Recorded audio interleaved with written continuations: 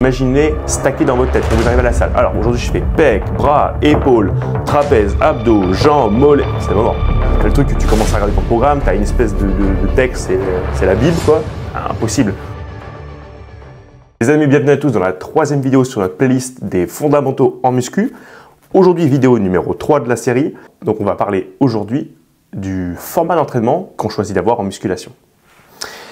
Donc quand vous voulez choisir votre format d'entraînement en muscu, vous avez globalement 4 facteurs à prendre en compte au début. Vous avez déjà le fait qu'il faut s'assurer d'avoir une bonne technique, d'avoir un volume adéquat, une bonne intensité et également de pouvoir progresser sur le long terme. Alors, mais qu'est-ce qu'on veut dire par là? Pour le premier point, donc au niveau de technique is everything. Alors, plusieurs choses. Tout d'abord, il faut bien comprendre que lorsque vous faites de la muscu, en particulier pour l'hypertrophie et la force, qui sont les deux choses principales que nous on recherche quand on va à la musculation, c'est que votre technique doit être absolument parfaite. Pourquoi? Parce qu'une bonne technique va te permettre plusieurs choses. Premièrement, ça va te permettre de pouvoir cibler correctement un muscle que tu aurais pu moins bien cibler si tu avais fait une technique qui était moins bonne au niveau de ton exécution. Mais également, si jamais tu décides de faire une exécution qui ne serait pas terrible, peut-être qu'en théorie, tu pourrais, on va dire à peu près matcher le stimulus que tu gagnes avec une bonne technique. Mais le problème que tu peux avoir en faisant une mauvaise technique, c'est que la fatigue qui va être induite par ce mouvement va être horrible. Combien de fois tu as vu par exemple à la salle, ce sera un classique, hein, le développé couché ici, on va en parler 20 fois. Combien de fois tu as vu à la salle un mec, au lieu de faire un mouvement bien contrôlé, nickel, sur ta négative, tu descends, t'écartes un maximum pour étirer tes pectoraux, tu pousses au maximum, nickel, parfait, mais tu mets peut-être un petit peu moins lourd. Et parfois, tu vois des mecs qui, tu vois, ils mettent, je sais pas moi, 2 plaques de chaque côté pour 100 kg alors qu'ils font 20 kg tout mouillés, ils sont à chier. Ils font une technique et là, tu vois que ça commence à balancer de l'épaule, machin. Tu as le bassin qui se lève, les pieds qui commencent à bailler, etc. Ça, c'est pas bon du tout. Et ça va créer une tonne de fatigue. Probablement que tu vas recruter moins bien ton muscle, etc. Donc, c'est catastrophique. Donc, technique is everything. Avant toute chose, toute considération. Par ailleurs, les points que j'évoque ici, ils sont dans l'ordre de priorité.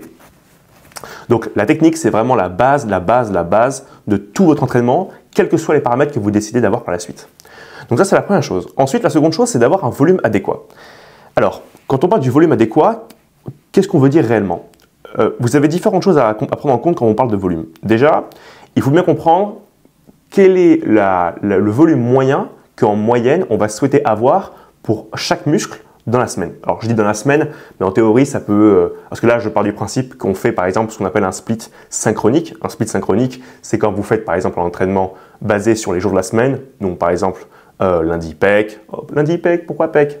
Vous m'avez compris. Lundi pec, dos, par exemple, le mardi, etc., etc. Vous avez du coup vos jours qui sont spécifiés. Peut-être que dans votre programme, par exemple, vous faites un système de 3 jours, 1 jour, ce qui fait que vous faites 3 jours d'entraînement, 1 jour de repos, ce qui fait que toutes les semaines, en réalité, vous allez décaler votre cycle, ce qui fait que votre cycle n'est pas calé sur une semaine, mais voilà, vous m'avez compris. Du coup, en moyenne, une bonne métrique pour le volume, ça va être, ça va être à peu près entre 10 et 20 séries par muscle. Évidemment, ça cache pas mal de choses, ça cache des disparités. Par exemple, si jamais je vous demande quelle est la quantité de séries pour le curl, pour les biceps par exemple, vous êtes capable de faire et toujours récupérer, probablement que si je vous demande, par exemple pour du curl halter par exemple, en général par semaine, si je vous dis 20 séries de curl, bon, c'est un peu compliqué, c'est pas impossible à faire, c'est un peu chaud, mais voilà, rien d'extraordinaire au niveau de la récupération. Par contre, si je vous demande de faire par exemple 20 séries de squats pour les quadriceps, alors là c'est chaud. Hein. Parce que par exemple, imaginons que vous ayez un programme legs où vous fassiez 2 fois la même séance dans la semaine, dans un push-pull leg par exemple que vous répétez en double, où vous avez une séance jambe A et une séance jambe B, et que vous squattez 2 fois dans la semaine, en moyenne vous faites aller 3-4 séries, vous êtes à entre 6 et 8 séries de squats par semaine. Et vous voyez que c'est déjà chaud pour progresser, etc., etc. Imaginez 20 séries de squats, impossible. Donc voilà, donc le volume, ça peut cacher quand même pas mal de disparités. Ensuite, vous avez le facteur de l'intensité. Alors, pour l'intensité, c'est un petit peu plus simple à comprendre. Le volume, c'est très très subjectif, alors que l'intensité, c'est relativement objectif. Quand vous faites n'importe quelle série en musculation, que ce soit pour de l'hypertrophie ou pour de la force, ou pour ce que vous voulez, mais en général, on parlera toujours de ces deux domaines-là, ça va être un minimum d'être proche de l'échec, à l'échec, ou même parfois à l'échec. Alors, qu'est-ce qu'on veut dire par là? Proche à l'échec, c'est 3 répétitions maximum loin de l'échec. Donc par exemple, si jamais tu fais ton développé couché et tu penses avoir 3 répétitions en réserve, c'est le minimum où tu dois t'arrêter. Si jamais tu t'arrêtes avec 5 reps de réserve, c'est un échauffement plus. C'est pas réellement une charge de travail et c'est pas très efficace pour l'hypertrophie et pour la force. Première chose, à moins que ce soit un deload, mais bon, ça c'est des sujets qu'on évoquera plus tard. Ensuite, quand on dit l'échec, c'est tout simple, c'est quand vous faites votre mouvement, votre développé couché, hop, vous poussez, et littéralement votre dernière, vous êtes au max, vous pouvez pas faire une rep de plus, hop, vous raquez la barre, vous êtes bon, nickel. Et ensuite, on a du coup, au-delà de l'échec, alors là, c'est tout ce qui va considérer pour des mouvements incluant des rest pause, drop set, superset, cluster set, murep match, drop set mécanique, voilà. Donc c'est toutes les techniques qui vous permettent de continuer l'effort une fois que vous avez, pour un exercice ou une exécution donnée, atteint le maximum que votre muscle était capable de donner et vous décidez d'aller autre part. On verra plus tard dans quelles circonstances c'est intéressant de les utiliser. Pas dans toutes les situations évidemment, mais voilà, on va expliquer un petit peu comment faire. Et donc vous voyez bien donc que là les notions qu'on a évoquées entre le volume, avec un volume adéquat en moyenne entre 10 et 20 séries par semaine, et l'intensité, le truc c'est que quand du coup vous allez mettre votre intensité d'un côté qui va vous dicter à peu près entre guillemets le volume que vous pouvez faire, en fait ça va déterminer globalement dans cette fourchette de 10 à 20 répétitions, ça va plus ou moins mettre le volume que vous devez faire pour chaque muscle. Et il est tout à fait possible que vous ayez des disparités. Par exemple, je reviens sur l'exemple des jambes et l'exemple des bras par exemple, il est tout à fait possible que dans votre semaine d'entraînement, on va dire, dans un système de push-pull legs par exemple, il est tout à fait possible que vous ayez par exemple, je sais pas, peut-être, imaginons 12 séries peut-être pour les quadriceps, puisque vous feriez peut-être 3 séries de squats le jour A avec du leg extension et sur le jour B, vous feriez peut-être du leg press avec des fentes, par exemple. Et donc, ce serait assez chaud à récupérer parce que comme c'est des gros muscles très compliqués, il vous faudrait un certain nombre de temps pour récupérer, pour pouvoir refaire une bonne séance. A contrario, par exemple, si jamais vous faites la même analyse avec, par exemple, l'arrière de l'épaule, soyons honnêtes avec nous-mêmes, c'est quand la dernière fois que toi, tu as été courbaturé de l'arrière d'épaule au point où tu dis, demain, c'est impossible que je m'entraîne au niveau de l'arrière d'épaule, j'ai trop mal, je sens que je suis foutu et tout. C'est très rare. Les seuls moments où ça peut peut-être arriver, c'est quand soit tu es très débutant, que tu te mets soudainement à t'entraîner correctement et que tu n'étais pas habitué et du coup là ton corps il reçoit un stimulus qu'il n'avait pas habituellement et donc ça peut générer pas mal de courbatures. Ou alors peut-être que tu reviens, par exemple d'une pause, tu étais en vacances, tu étais blessé ou un truc comme ça. Ou là tu t'es entre guillemets désensibilisé à la sensation de l'entraînement, etc., de la destruction des fibres et la reconstruction. Donc là peut-être, mais improbable. Donc ce qu'on peut voir, c'est que probablement, après évidemment c'est l'individualité de chacun qui va dicter, on va dire plus ou moins ça, mais dans une tendance générale, les plus gros muscles auront un volume d'entraînement moindre que les petits muscles, parce que par nature, ils sont petits et en fait c'est très difficile de les endommager fortement, alors qu'un quadriceps par exemple, si tu fais 4 séries de squats à l'échec musculaire et que tu enchaînes sur du leg extension par exemple 4 séries avec plusieurs répétitions, donc peut-être un squat entre 5 et 10 répétitions et un leg extension peut-être entre 15 et 20 par exemple, et que même on va dire que tu es complètement barjot comme moi et que tu vas faire un drop set de la mort sur ton leg extension sur toutes les séries par exemple, là tu es mort, c'est trop compliqué. Par contre, et tu vas mettre au moins peut-être 2-3 jours avant de pouvoir récupérer correctement, minimum. Alors par exemple, on revient sur l'exemple de l'arrière d'épaule, tu fais ton arrière d'épaule, tu fais tes flies soit à la machine, tu peux le faire à l'haltère ou à la poulie ou ce que tu veux. La probabilité, tu fais peut-être 5 séries, imaginons, tu fais 5 séries de 15 à 20 répétitions à l'échec, franchement, peut-être pas le lendemain, mais au moins un jour plus tard, donc dans 48 heures après, tu peux au moins le retabasser. Alors que retabasser un squat à l'échec 48 heures après un squat que tu avais déjà fait à l'échec, c'est quasiment impossible. Voilà pour l'intensité. Maintenant, le quatrième pilier qui est très important à prendre en compte quand vous devez faire un bon programme, c'est de prendre en compte le paramètre de la progression. Alors, et c'est sur le long terme, par là où je veux dire. Qu'est-ce qu'on veut dire par progression sur le long terme? Alors en fait, ce qu'on avait déjà dit la dernière fois, c'est que le facteur numéro 1 pour prendre du muscle et de la force sur le long terme, c'est la progression.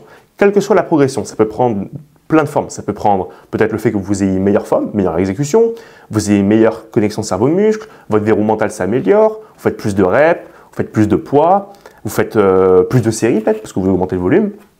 Voilà, donc il faut bien s'assurer que dans ce programme-là, vous ayez au moins une métrique, et le plus de métriques vous cochez, le mieux votre programme en apparence est, que vous puissiez progresser.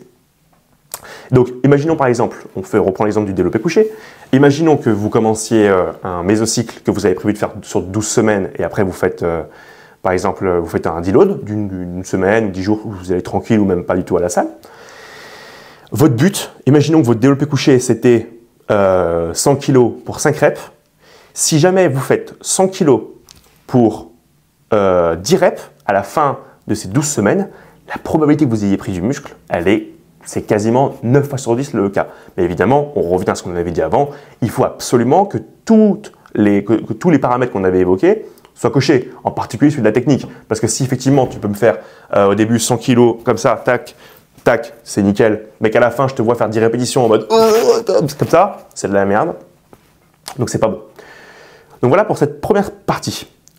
Ensuite, qu'est-ce qu'il faut d'autre qu'on ait dans son programme pour s'assurer qu'il fonctionne correctement? Un deuxième facteur qui est souvent négligé, c'est le fait qu'il faut être capable de pouvoir continuer son programme sur le long terme. J'avais déjà dit ça, je crois, dans ma première ou deuxième vidéo, je ne sais plus. Le meilleur programme du monde. Donc vraiment avec rappelez-vous ce qu'on avait dit sur le SFR, un RSN qui soit au top, vous avez prévu, vous avez fait pile poil le volume qu'il fallait avec l'intensité, progressive, machin, etc. C'est nickel. Vous arrivez à monter un petit peu les charges, les répétitions, etc. Top. Mais si jamais vous ne pouvez pas tenir sur le long terme, ça ne marchera jamais. Et pour faire en sorte que son programme tienne sur le long terme, il vous faut 4 paramètres. Le premier, c'est d'avoir suffisamment de jours d'entraînement. Alors, pourquoi? Le truc, c'est que vous avez plein de muscles à taffer quand vous allez à la salle. Alors évidemment, je ne parle pas de tous les trous de balles qui vont louper le leg day, parce que là, évidemment, vous avez littéralement la moitié du corps qui est skip, du coup c'est beaucoup plus simple pour vous, ne faites pas ça. Et en fait, du coup, le nombre idéal de jours d'entraînement, c'est globalement entre 4 et 6. Pourquoi? Parce qu'en fait, globalement, pour une hypertrophie idéale et une prise de force idéale,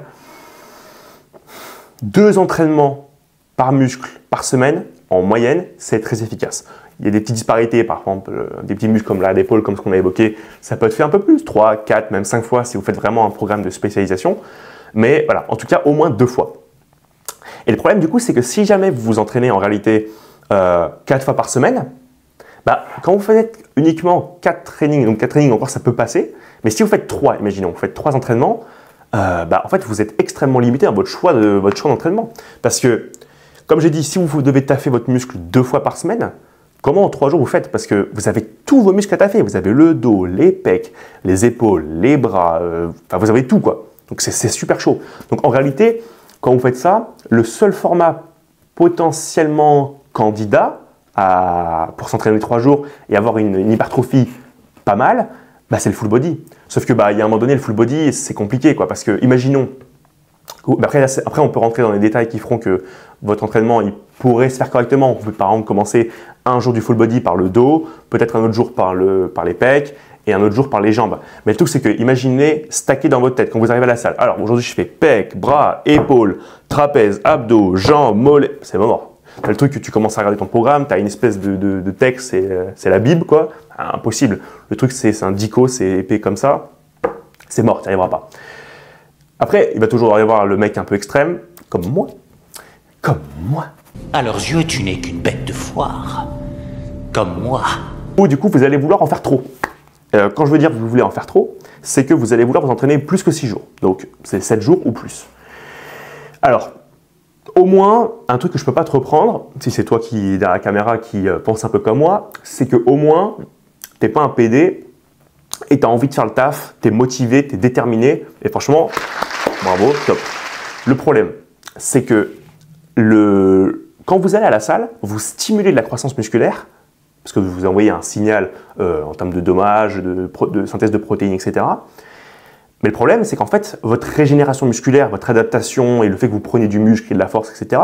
Je ne parle pas de perte de gras, parce que là, la perte de gras, ça se fait aussi en dehors de la salle, c'est par rapport à la diète, donc on va rester que sur l'entraînement. Le truc, c'est que vous récupérez et vous vous améliorez uniquement avec le repos. Du coup, le truc, c'est que si jamais vous vous entraînez tout le temps, en fait, vous laissez jamais votre corps l'occasion de se mettre dans un état de relaxation.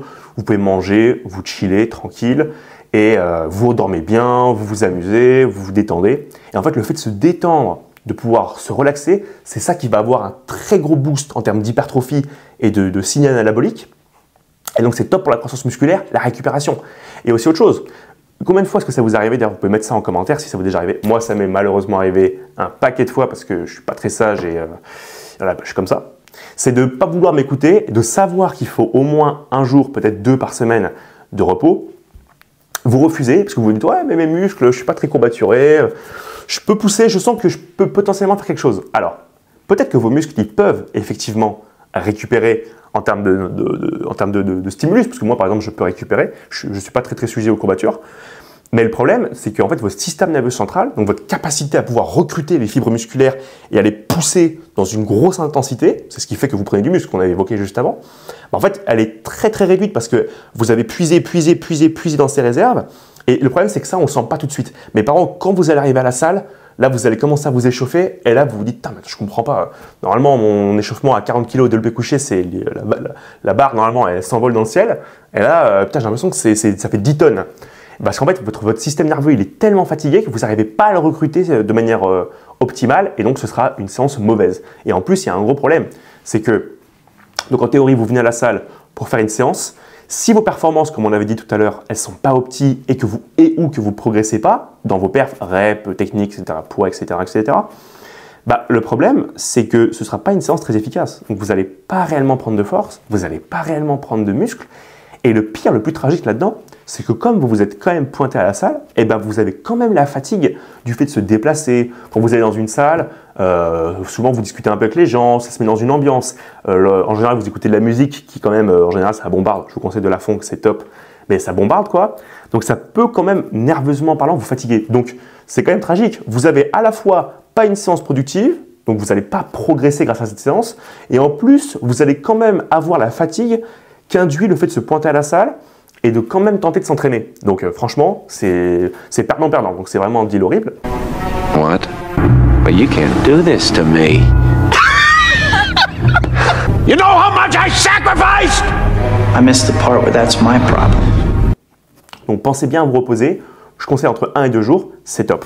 Les seuls moments où c'est acceptable de ne pas faire ça, c'est soit parce que vous avez un split de type asynchronique, donc ce que je disais tout à l'heure, c'est qu'au lieu d'avoir un split basé sur une semaine, vous êtes basé plutôt sur un type d'entraînement.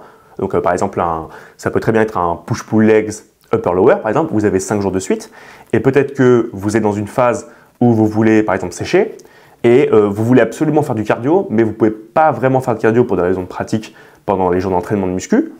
Bah, en vrai, pourquoi pas faire une séance de cardio dans ces jours de repos? Pourquoi pas? Mais vous voyez, là, c'est vraiment très spécifique et il faut vraiment écouter son corps. Donc voilà. Mais voilà, entre 1 et 2 jours de repos par semaine, normalement, vous êtes golden.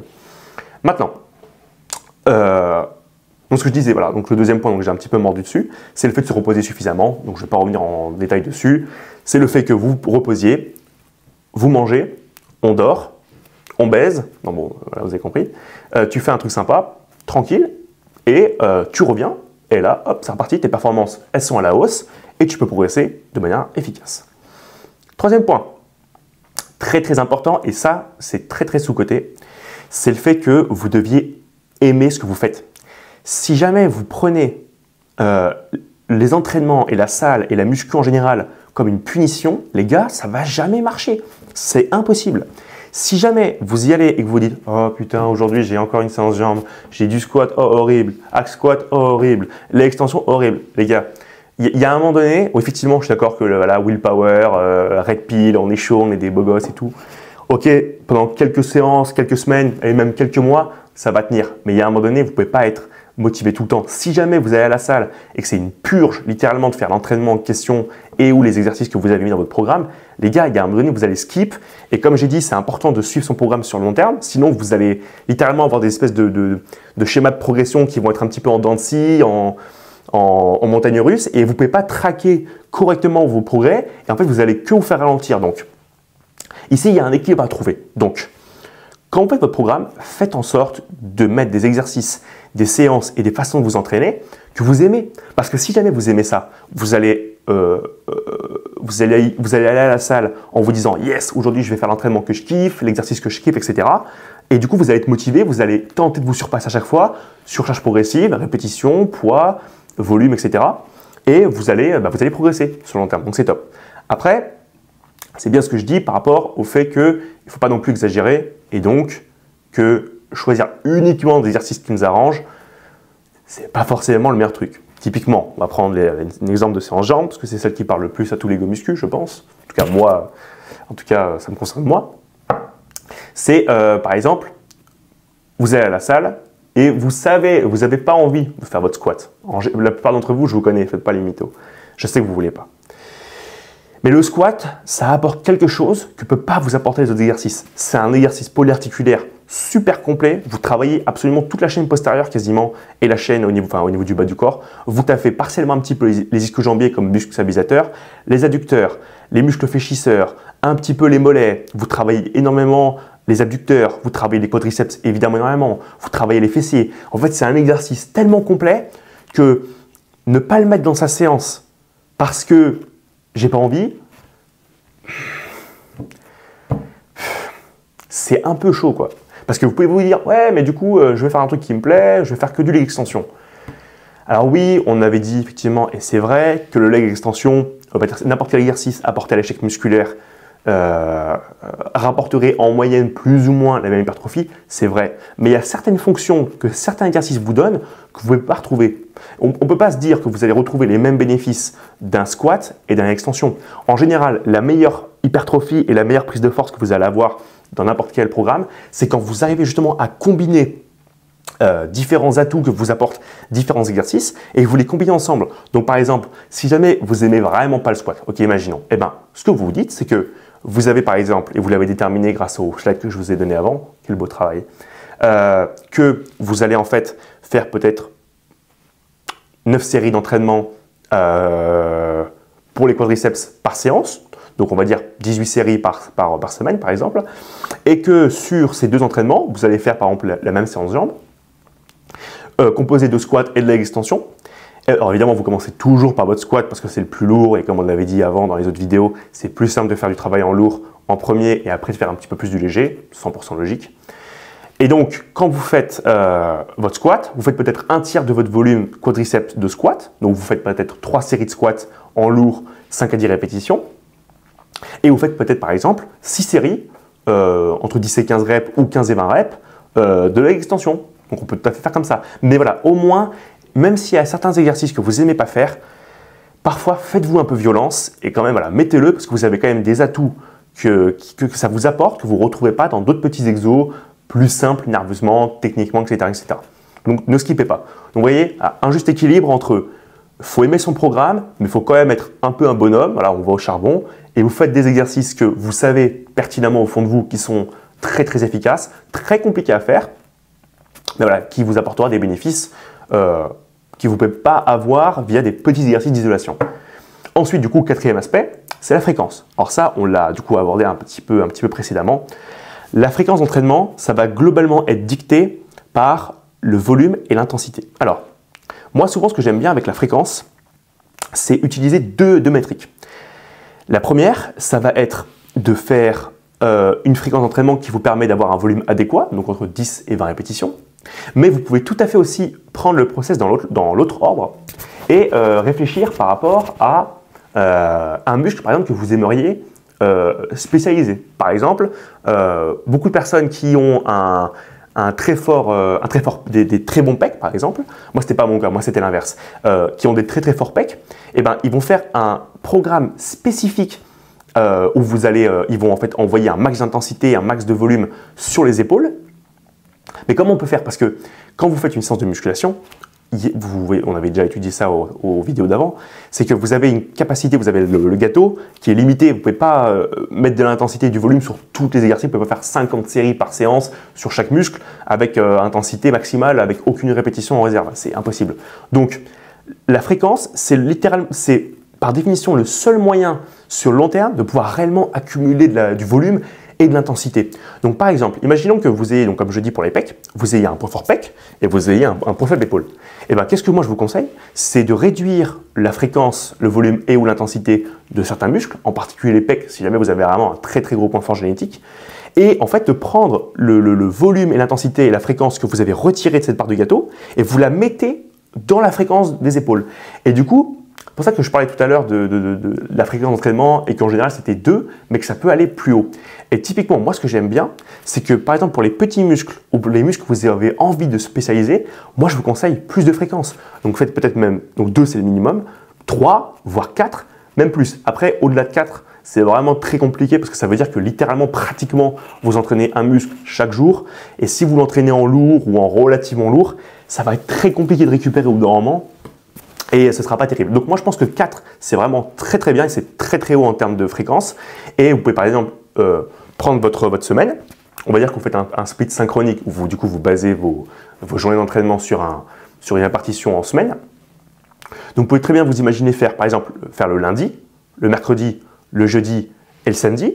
Donc là, vous faites littéralement 4 fois par semaine les épaules et sur chaque jour, vous agencez bien votre programme avec par exemple sur le lundi un accent particulier sur les presses parce que par exemple vous avez le dimanche, le jour d'avant en repos, comme ça vous arrivez à la salle lundi, là vous êtes prêt, vous échauffez, hop, vous êtes chaud, vous arrivez, vous démontez le développé militaire en lourd, vous progressez en termes de charge, etc.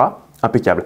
Et peut-être que au fur et à mesure que la semaine passe, on va faire plutôt des exercices un peu plus d'isolation, pas beaucoup d'élévation latérale, même si évidemment, élévation latérale, on le fait aussi le lundi, bien sûr. Mais plus vous allez dans la semaine, plus on fera un peu plus de répétitions, parce que du coup, on ne peut pas faire du lourd tous les jours. Et c'est mieux de faire du lourd le jour d'après d'un repos, parce que du coup, vous avez pu vous recharger, vous êtes prêt, et là, vous êtes prêt à développer de la puissance pure. Et donc, plus vous allez passer, plus ce sera de l'isolation. Donc, au lieu de faire du 5 à 10 ou du 10 à 15, on sera plus sur 10 à 15, 15 à 20, peut-être même plus. Pas hésiter non plus à faire par exemple des drop sets, des cluster sets, super sets, où vous faites par exemple élévation latérale à l'échec avec les haltères, vous faites peut-être 15 répétitions, où vous asseyez sur le banc, tac, vous partez sur l'arrière, vous démontez votre épaule, et vous faites ça 4 fois.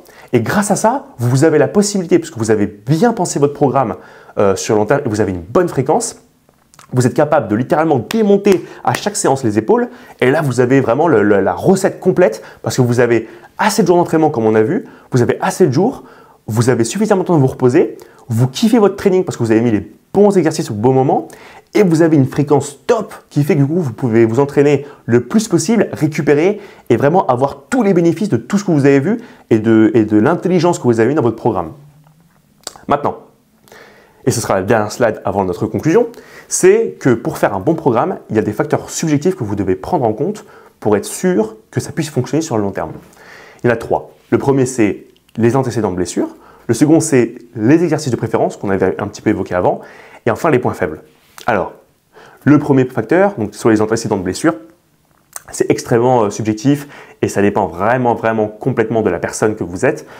Si jamais, par exemple, vous êtes une personne qui vous êtes blessée, par exemple, vous avez fait un sport de contact ou un sport de combat quand vous étiez plus jeune, ou du foot, ou du rugby, ou un truc comme ça, et que, imaginons que vous ayez une blessure au niveau du genou, au niveau de la hanche, etc., là, c'est très compliqué. Et là, par exemple, je pourrais comprendre quelqu'un qui me dise, bah écoute, moi, j'aime pas trop le squat parce que je me suis blessé quand j'étais petit au niveau du bas du dos, et c'est vrai que quand tu squattes, il faut quand même avoir une force dans le bas du dos pour stabiliser le mouvement, etc. Bon, là, effectivement, c'est compréhensible. Donc là, il faut juste changer l'exercice, peut-être modifier sa technique, parce que peut-être que si tu squattes avec une barre un petit peu plus haute au niveau des trapèzes, peut-être que tu ne sentiras rien, peut-être que ce sera l'inverse, peut-être que ce sera plutôt en mettant au niveau du bas des clavicules, du bas des trapèzes, pardon. Donc voilà, donc là, c'est vraiment très subjectif et ça dépend complètement de vous. Et là, entre guillemets, moi, je ne peux pas trop vous aider. C'est à vous de simplement expérimenter, tester, voyez ce qui marche et testez-le sur le long terme. Et n'hésitez pas, si jamais vous sentez que votre blessure se sent un petit peu réactivée, qu'il y a une espèce de lame de fonte, de douleur, etc., ou de gêne, c'est pas bon signe. Donc voilà, tentez de changer et soyez pas dogmatique par rapport à ça. Ensuite, exercice de préférence. Alors, encore une fois, là, c'est complètement subjectif. Ce que je vous disais, par exemple, c'est que si jamais vous êtes un grand fan du développé couché, par exemple, pour les pecs, moi, ce qui est mon cas, depuis très récemment d'ailleurs, mais que vous avez une gêne aux épaules et que vous voyez que vous faites par exemple un développé couché haltère, mais que le développé couché haltère vous procure littéralement aucune gêne. Bon, là, écoutez, malgré le fait que votre exercice de préférence, ça soit le développé couché à la barre, à moins que vous trouviez un moyen peut-être de vraiment modifier votre technique ou quoi, mais pour essayer de ne pas faire en sorte d'avoir mal, bah, c'est très compliqué quoi. Donc essayez à mon avis de vous adapter peut-être à votre morphologie. Et ça peut même avoir des gens, par exemple, et justement je vois le point sur la morphologie, parce qu'avant on a évoqué le principe de la blessure, mais parfois c'est même pas une question de blessure ou quelque chose qui vous est arrivé, mais c'est vraiment quelque chose comment dire, d'inhérent à votre personne et à votre morphologie, où vous n'êtes pas fait pour. Par exemple, si on prend le cas, pourquoi je pense à lui, de John Coffey, Marvel Team, que je kiffe, big up à lui, bah, c'est vrai qu'il est je l'ai déjà vu en vrai, il est très grand, donc il est vraiment grand, il fait quoi, quelque chose comme peut-être 1m92 ou quelque chose comme ça. Moi je fais 1m83, 1m84 à peu près.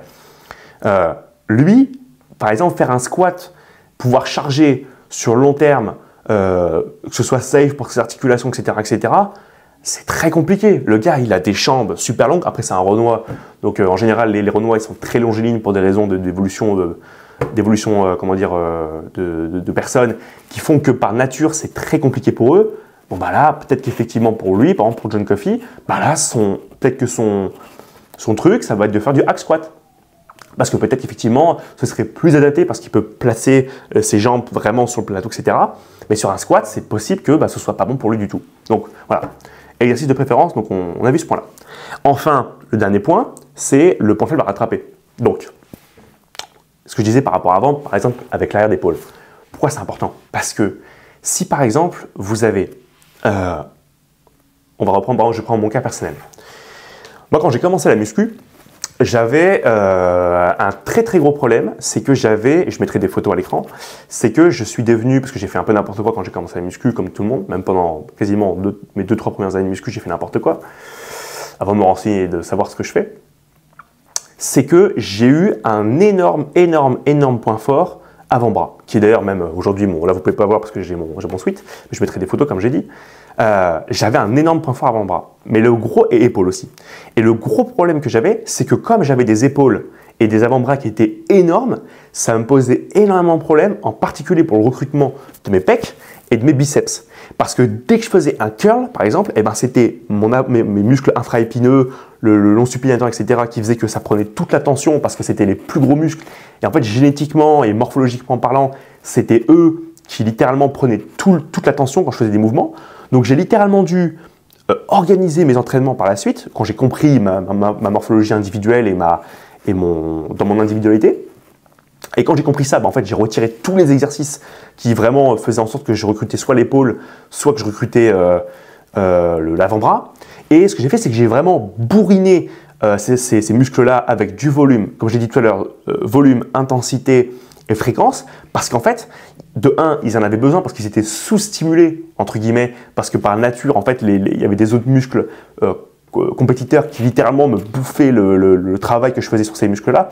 Je me rappelle plein de fois où je faisais par exemple des curls. Moi, je kiffais par exemple le curl en rotation, donc je faisais mon curl en rotation, etc. Et je vous assure, je faisais mon mouvement et pourtant j'essayais de faire le truc bien, quoi. J'essayais de monter, etc.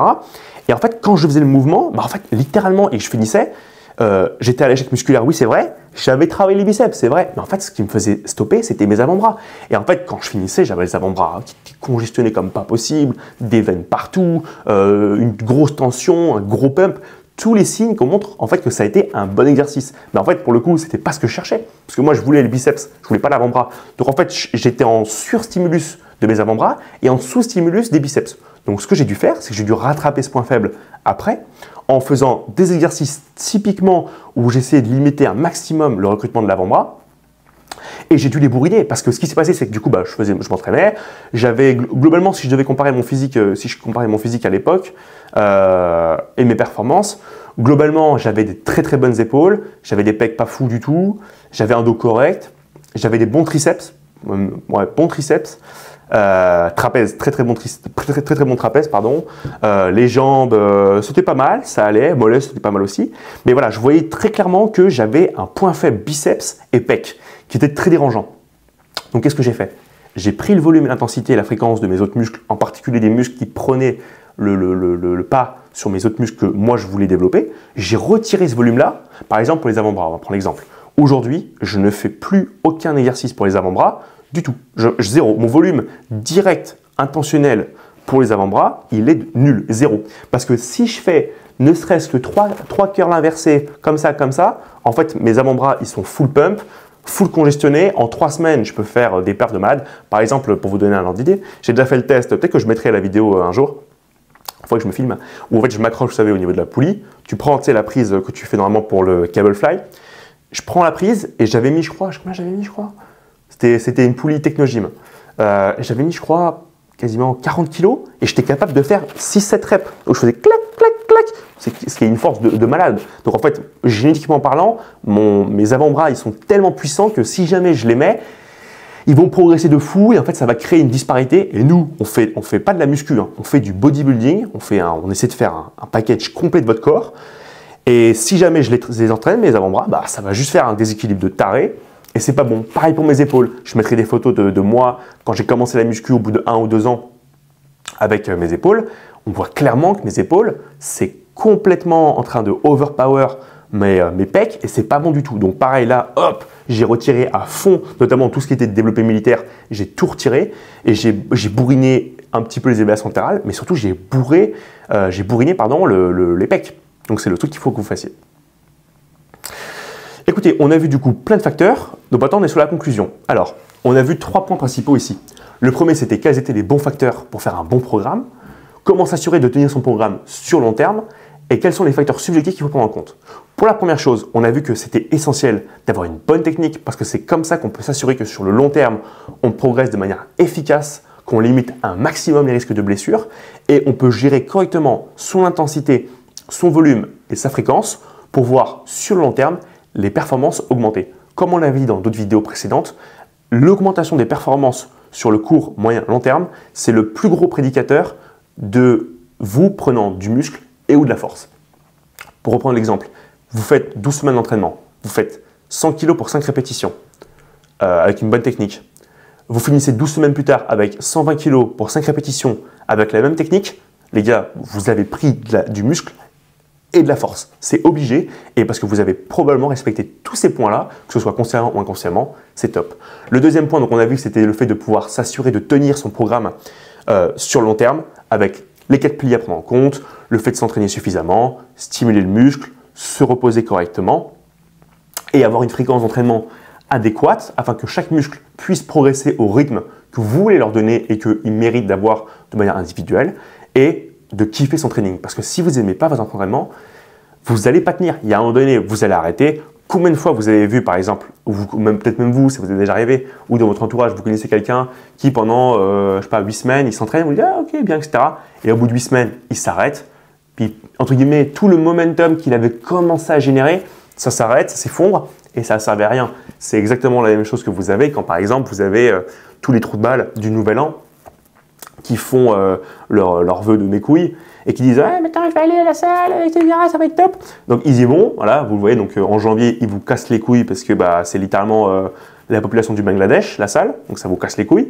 Et en fait, ils utilisent vos machines, ils font chier, il y a du bruit, ça pue sa mère, c'est horrible. Et les mecs, 1 mois après, 2 mois après, il n'y a plus personne. Donc voilà, ne soyez pas comme ça et tenez votre entraînement sur le long terme en aimant votre training. Et enfin, le fait de prendre en compte les facteurs subjectifs qui vous sont individuels, donc vos antécédents de blessures, votre morphologie et vos potentiels points faibles. Les amis, on a fait le tour de la vidéo. Je vous laisse ici. N'hésitez pas à mettre un like, commenter, à vous abonner, ça me fait très plaisir. Et je vous dis à très bientôt pour la 4e vidéo de notre playlist.